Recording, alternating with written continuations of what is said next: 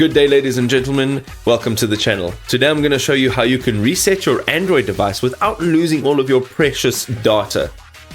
Okay, ladies and gentlemen, I've got the little Android over here, and what we're going to do is go to settings. So let's jump straight into settings over here.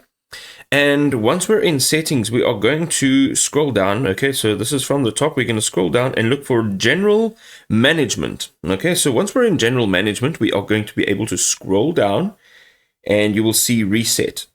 Now, once you're in reset, you can see that there are a few options. We've got reset all settings. This means we are going to, if you go in here, it'll give you a list. Security settings, language settings, accounts, personal data, settings for downloaded apps.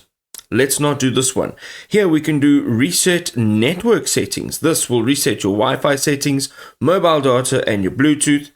Here we can go to reset accessibility settings. Here you can read as to what exactly it will reset. Okay, and all of these will reset without actually removing the data from your mobile device. If you are wanting to remove the data, then you will use the factory data reset, and once you go in over here, it'll tell you everything that it will be removing.